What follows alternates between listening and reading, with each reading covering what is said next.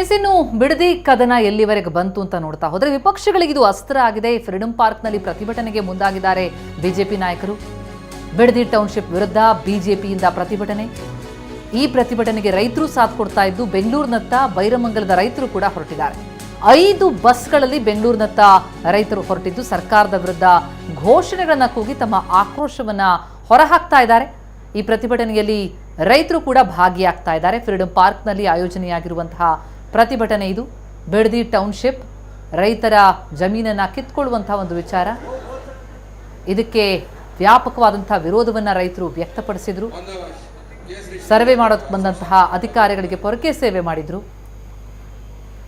ಆನಂತರ ಸಿಎಂ ಯಾವುದೇ ಕಾರಣಕ್ಕೂ ಕೂಡ ಒಪ್ಪಿಗೆ ಇಲ್ಲದವರ ಜಮೀನನ್ನ ಪಡೆಯೋದಿಲ್ಲ ಅನ್ನುವಂಥ ಹೇಳಿಕೆಗಳನ್ನು ಕೊಟ್ಟ ಮೇಲೂ ಕೂಡ ರೈತರಿಗೆ ಹಾಗಿದ್ರೆ ಸರ್ವೇನೆ ಮಾಡೋದಕ್ಕೆ ಇಲ್ಲಿ ಬರಲ್ಲ ಅಂತ ಅನ್ನೋದನ್ನು ಬರ್ಕೊಡಿ ಎನ್ನುವಂಥ ಆಗ್ರಹವನ್ನ ಮಾಡ್ತಾ ಇದ್ರು. ಈಗ ಈ ಯೋಜನೆಗೆ ಸಂಬಂಧಪಟ್ಟಂತೆ ಫ್ರೀಡಂ ಪಾರ್ಕ್ನಲ್ಲಿ ಬಿಜೆಪಿ ಪ್ರತಿಭಟನೆ. ಇನ್ನು ಇದೇ ಒಂದು ಧರಣಿಯಲ್ಲಿ ಸಂಸದರು ಹಾಗೆ ಶಾಸಕರು ಪ್ರಮುಖ ನಾಯಕರು ಕೂಡ ಭಾಗಿಯಾಗ್ತಾ ಇದ್ದು ರೈತರ ವಿರುದ್ಧ ಹಾಕಿರುವಂತಹ ಕೇಸ್ಗಳನ್ನ ವಾಪಸ್ ಪಡಿಬೇಕು ಅನ್ನೋ ನಿಟ್ಟಿನಲ್ಲಿ ಪಟ್ಟು ಹಿಡಿಯಲಿದ್ದಾರೆ. ಈಗಾಗಲೇ ಬಿಜೆಪಿಯ ಹಲವು ನಾಯಕರು ಫ್ರೀಡಂ ಪಾರ್ಕ್ ಬಳಿ ಜಮಾಯಿಸಿದ್ದಾರೆ. ರೈತರ ವಿರುದ್ಧವಾಗಿ ಈಗಾಗಲೇ ಜಡಿಯಲಾಗಿರುವಂತಹ ಕೇಸ್ಗಳನ್ನ ಹಿಂಪಡಿಬೇಕು ಅನ್ನೋ ನಿಟ್ಟಿನಲ್ಲಿ ಪ್ರತಿಭಟನೆಯನ್ನು ಮತ್ತಷ್ಟು ತೀವ್ರಗೊಳಿಸಲಿದ್ದಾರೆ. ಈಗಾಗಲೇ ರೈತರು ಕೂಡ ಬಂದು ಈ ಒಂದು ಪ್ರತಿಭಟನೆಯಲ್ಲಿ ಜಾಯಿನ್ ಆಗ್ತಾ ಇದ್ದಾರೆ. 5 ಬಸ್ಗಳ ಮೂಲಕವಾಗಿ ಈಗಾಗಲೇ ಬಂದು ಜಾಯಿನ್ ಆಗ್ತಾ ಇದ್ದಾರೆ. ಬಿಜೆಪಿಯ ಹಲವು ನಾಯಕರು ಕೂಡ ಈಗಾಗಲೇ ಅಲ್ಲಿ ಇರುವಂತಹ ದೃಶ್ಯಗಳನ್ನು ಕೂಡ ನೋಡ್ತಾ ಇದ್ದೀವಿ. ಶೋಭಾ ಕರಂದ್ಲಾಜೆ ಕೂಡ ಇದ್ದಾರೆ. ಸಿಟಿ ರವಿ ಸೇರಿದಂತೆ ಹಲವು ನಾಯಕರು ಈಗಾಗಲೇ ಫ್ರೀಡಂ ಪಾರ್ಕ್ನಲ್ಲಿ ಕುಳಿತು ರೈತರ ಪರವಾಗಿ ಹೋರಾಟವನ್ನು ಮಾಡ್ತಾ ಇದ್ದು ಸರ್ಕಾರದ ವಿರುದ್ಧ ಧಿಕ್ಕಾರವನ್ನು ಕೂಗ್ತಿದ್ದಾರೆ.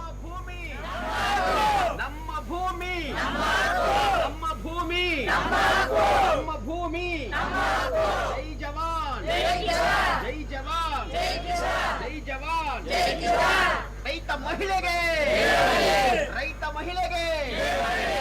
ರೈತ ಮಕ್ಕಳಿಗೆ.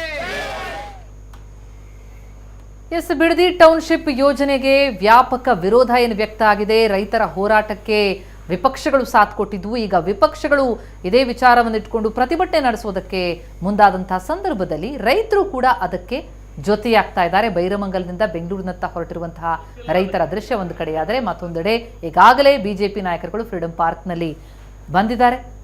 ಪ್ರತಿಭಟನೆ ಶುರುವಾಗಿದೆ. ಬಿಡದಿ ಟೌನ್ಶಿಪ್ ರೈತರ ಹಕ್ಕನ್ನು ಕಸಿತಾ ಇದೆ.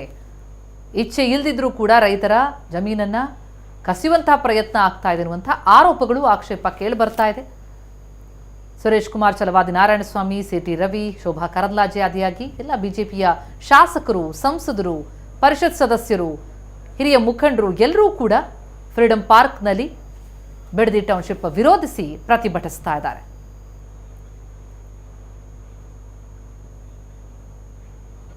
ಇಷ್ಟು ದಿನಗಳ ಕಾಲ ನಾವು ಹೇಳ್ತಾ ಇದ್ದೀವಿ, ಒಂದು ಲಾಬಿ ಸರ್ಕಾರ ನಡೆಸ್ತಿದೆ. ಅದು ಒಂದು ಕಾಲದಲ್ಲಿ ಶರಾಬ್ ಮಾಫಿ ಇತ್ತು, ಒಂದು ಕಾಲದಲ್ಲಿ ಭೂ ಮಾಫಿಯಾ ಇತ್ತು, ಬೇರೆ ಬೇರೆ ಮಾಫಿಯಾಗಳು ಸರ್ಕಾರ ಚಲಾಯಿಸ್ತಿದ್ವು. ಆದರೆ ಇವತ್ತು ಮೊದಲ ಬಾರಿಗೆ ಕರ್ನಾಟಕ ರಾಜ್ಯದಲ್ಲಿ ಭೂ ಮಾಫಿಯಾ ಖುದ್ದು ಸರ್ಕಾರ ಚಲಾಯಿಸ್ತಾ ಇದೆ. ಅಣ್ಣ ತಮ್ಮಂದ್ರು ಇಬ್ಬರು ಭೂ ಮಾಫಿಯಾದ ದೊಡ್ಡ ಲೀಡರ್ಸು. ಅವರಿಗೆ ಒಟ್ಟು ಬೆಂಗಳೂರಿನ ಜಮೀನು ಬೇಕು, ಯಾರದೇ ಜಮೀನು ಇರಲಿ ಕಿತ್ಕೋಬೇಕು. ಇಷ್ಟು ದಿನಗಳ ಕಾಲ ನಾವು ಹೇಳ್ತಾ ಇದ್ದೀವಿ, ಒಂದು ಲಾಬಿ ಸರ್ಕಾರ ನಡೆಸ್ತಿದೆ. ಅದು ಒಂದು ಕಾಲದಲ್ಲಿ ಶರಾಬ್ ಮಾಫಿ ಇತ್ತು, ಒಂದು ಕಾಲದಲ್ಲಿ ಭೂ ಮಾಫಿಯಾ ಇತ್ತು, ಬೇರೆ ಬೇರೆ ಮಾಫಿಯಾಗಳು ಸರ್ಕಾರ ಚಲಾಯಿಸ್ತಿದ್ವು. ಆದರೆ ಇವತ್ತು ಪ್ರತಿಭಟನಾ ನಿರತರು ಈಗ ಬಿಜೆಪಿಯಲ್ಲಿ ಇರುವಂಥದ್ದು. ಅಲ್ಲಿ ಬಿಜೆಪಿ ನಾಯಕರುಗಳೆಲ್ಲರೂ ಇದ್ದಾರೆ. ಸ್ಥಳದಿಂದಲೇ ನಮ್ಮ ಪ್ರತಿನಿಧಿ ಕಿರಣ್ ಹರಿಯಡ್ಕ ಕೂಡ ಲೈವ್ನಲ್ಲಿ ಜೊತೆಯಾಗಿದ್ದಾರೆ. ಅಲ್ಲಿನ ಡೀಟೇಲ್ಸ್ ಪಡಿತಾ ಹೋಗೋಣ. ಕಿರಣ್, ಫ್ರೀಡಂ ಪಾರ್ಕ್ನಲ್ಲಿ ಬಿಜೆಪಿಯ ಘಟಾನುಘಟಿ ನಾಯಕರುಗಳೆಲ್ಲರೂ ಕೂಡ ಬಂದಿದ್ದಾರೆ. ಬಹಳ ದೊಡ್ಡ ಅಸ್ತ್ರ ಆಗಿದೆ ಬಿಜೆಪಿಯ ಪಾಲಿಗೆ ಈ ಬಿಡದಿ ಟೌನ್ಶಿಪ್ ವಿಚಾರ ಅಂತ ಅನ್ನೋದು. ಹಾಗೇನೇ ಈ ಪ್ರತಿಭಟನೆಗೆ ರೈತರು ಕೂಡ ಬರ್ತಾ ಇರೋದ್ರಿಂದಾಗಿ ಬಲ ಹೆಚ್ಚಾದಂತೆ ಕಂಡು ಬರ್ತಾ ಇದೆ. ಅಲ್ಲಿನ ಚಿತ್ರಣ ಕೊಡೋದಾದ್ರೆ ಸ್ವರೂಪ ಹೇಗಿದೆ ಈ ಪ್ರತಿಭಟನೆಯದ್ದು?